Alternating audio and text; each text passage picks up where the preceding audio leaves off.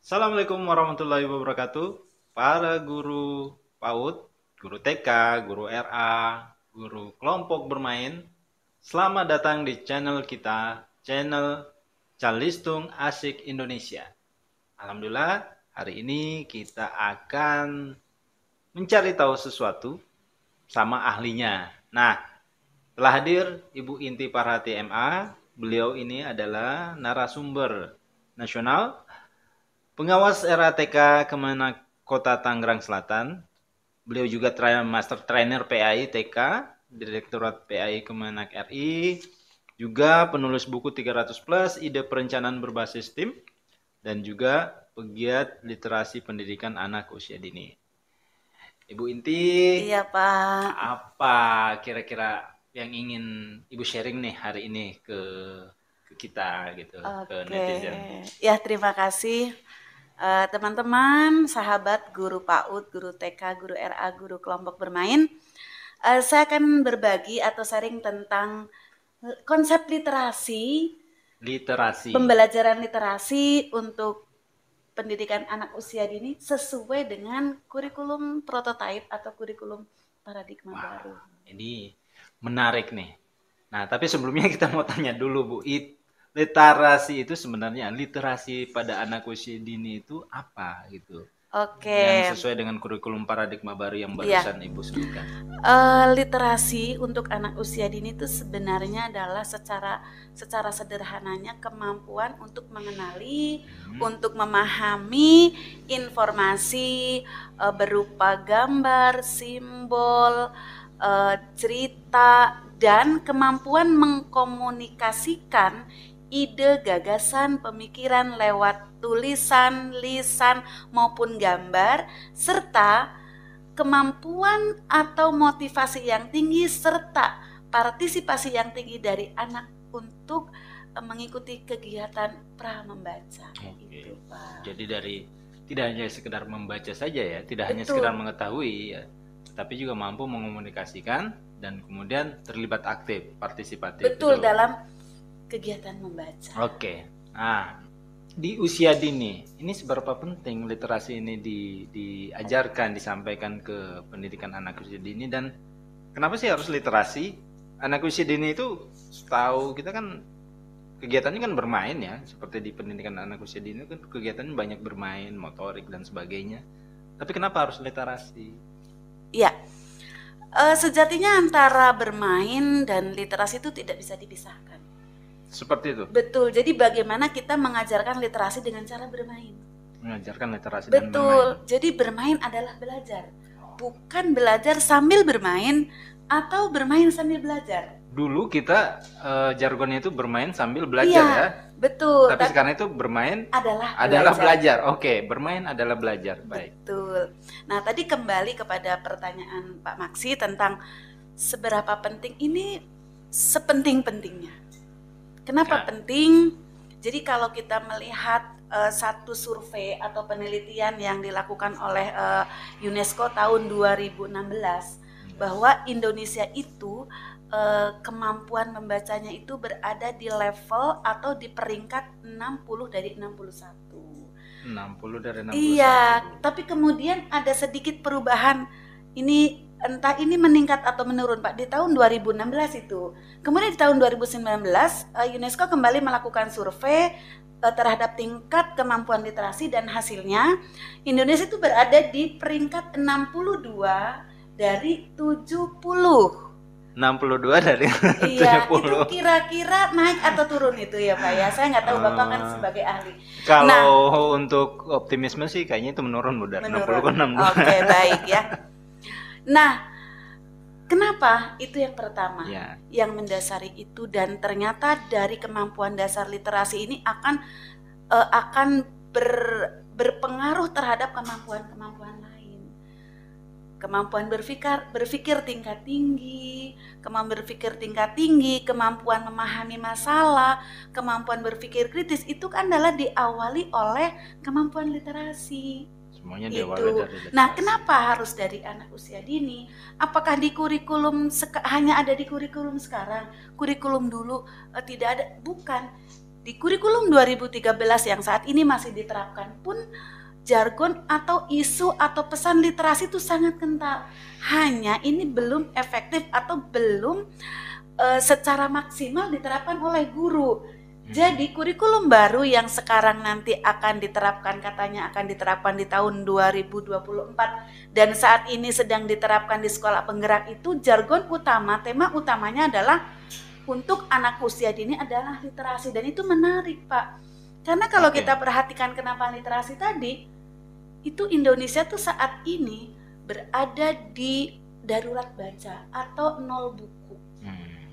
Dan harus kita kawal, harus kita mulai dari anak usia dini, seperti itu. Kenapanya itu. Jadi yuk kita sama-sama, kemudian kurikulum prototipe atau kurikulum baru ini tema utamanya adalah literasi. Jadi memang masalahnya cukup besar ya Bu ya. Pencapaian kita ya tidak menarik lah ya. Jadi tantangannya kita harus banyak mengejar dan itu dimulai dari pendidikan anak usia dini. Betul. Nah tadi saya dengar Ibu mengangkat tentang ini dicobakan di sekolah penggerak. Betul. Nah, kurikulum ini. Baik. Di sekolah yang bukan sekolah penggerak bagaimana? Kalau kurikulum atau sebenarnya kalau kita bicara literasi itu mau di sekolah penggerak, mau di sekolah non penggerak itu wajib diterapkan. Tetapi memang untuk sekolah penggerak untuk kurikulum baru ini menjadi tema wajib, tema utama. Tetapi bukan berarti yang belum menerapkan kurikulum baru ini tidak boleh atau abai atau lalai dengan literasi. Ini ayo sama-sama kita mulai. Sama-sama kita bagaimana kita menerapkan literasi untuk anak usia dini ini. Oke, para sahabat guru PAUD, guru TK, RA, dan kelompok bermain, kita sepakat ya bahwa literasi ini memang harus sama-sama kita bangun. Tapi mungkin pertanyaannya sekarang, bagaimana menerapkan pembelajaran literasi ini di level pendidikan anak usia dini? Saya yakin pasti semua teman-teman juga punya pertanyaan yang sama ini, Bu. Ya. Kalau bicara how, bagaimananya itu kalau kita ukur secara geometris itu panjang kali lebar. Banyak sekali ya, sama dengan luas. Iya, banyak sekali aspek-aspek atau upaya-upaya yang harus dilakukan oleh guru di level satuan pendidikan. Bisa jadi yang pertama, mungkin saya saat ini hanya menjelaskan poin-poinnya ya Pak. Nanti mungkin di kesempatan lain saya akan menjelaskan sedetil-detilnya. Yang pertama adalah guru harus mendesain kelas yang ramah literasi. Desain kelas yang ramah literasi. Iya. Ada kelas yang nggak ramah literasi loh Pak. Berarti ada kelas yang tidak ramah buat anak. Betul, dan itu ada ilmunya. Jadi bagaimana kelas ini ramah literasi. Jadi anak itu begitu masuk kelas, anak bawaannya kepengennya tuh membaca. Karena disuguhi oleh sajian-sajian bacaan yang menarik, yang sederhana di RA, di TK, di kelompok bermain itu. Misalnya nama-nama hari, nama-nama bulan, nama-nama binatang. Itu kan sebenarnya tujuannya bukan sebagai pajangan, tetapi itu adalah sarana atau media literasi untuk anak supaya dia membaca. Itu yang pertama Pak. Mau tahu lagi? Iya, tentunya dong. Kita pengen tahu nih apa nih. Kemudian yang kedua, mengkondisikan atau membuat pengkondisian satuan pendidikan dalam arti sekolah yang ramah literasi juga. Jadi literasi tidak hanya di kelas Pak, di lingkungan sekolah pun harus ada upaya-upaya menuju sekolah yang ramah literasi. Contohnya, di mana-mana ada pojok baca. Pojok baca itu isinya sekedar buku-buku bacaan yang sesuai dengan tingkat usia anak. Yang di situ anak bisa memilih, bisa membaca. Misalnya anak sedang menunggu dijemput, ada pojok baca. Kemudian bahkan di kantin misalnya kalau sekolah sudah PTM, itu juga ada sambil menunggu anak bisa baca. Kemudian ada perpustakaan juga, ada library juga, itu penting. Perpustakaan emang penting ya. Sering orang bertanya, emang penting Bu Inti di TK, di RA itu atau di kelompok itu ada penting sekali. Nah itu selanjutnya adalah anak diberikan kegiatan membaca, dibacakan buku seperti minum obat sehari 3 kali. Sehari 3 kali. Ini sudah saya lakukan Pak. Dan ini ternyata sangat efektif. Jadi kapan seperti minum batu? Begitu ada circle time sebelum belajar, bicara kita brainstorming dulu, kita dibacakan buku. Tentunya yang sesuai dengan materi apa yang akan kita ajarkan.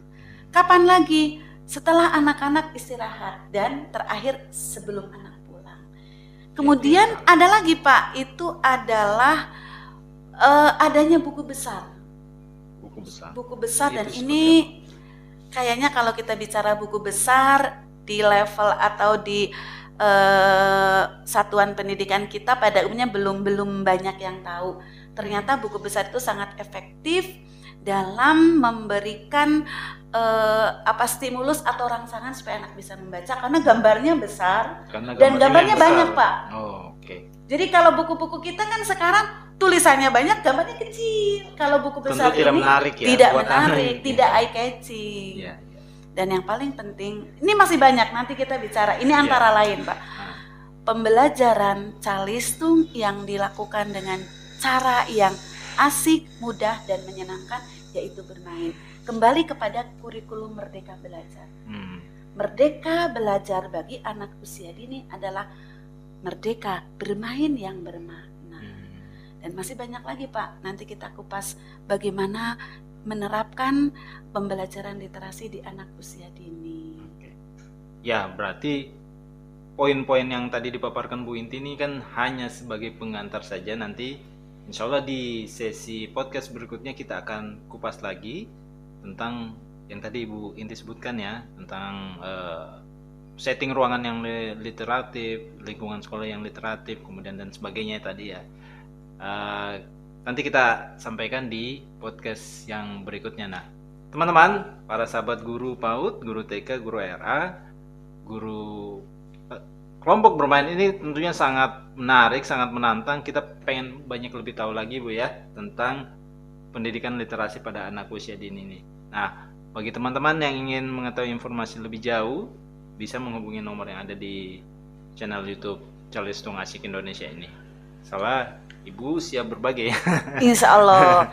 Dan ini insya Allah nanti kita juga bisa terus secara regularly kita akan berbagi dengan guru-guru, terutama nih guru binaan saya yang ada di Kecamatan Pamulang Pak. Baik. Ya, dan guru-guru dimanapun berada yang ingin terus belajar meningkatkan profesionalisme dan kompetensinya. Baik, luar biasa. Oke teman-teman, kita akan ketemu lagi di sesi podcast berikutnya. Salam literasi. Salam literasi. Assalamualaikum warahmatullahi wabarakatuh.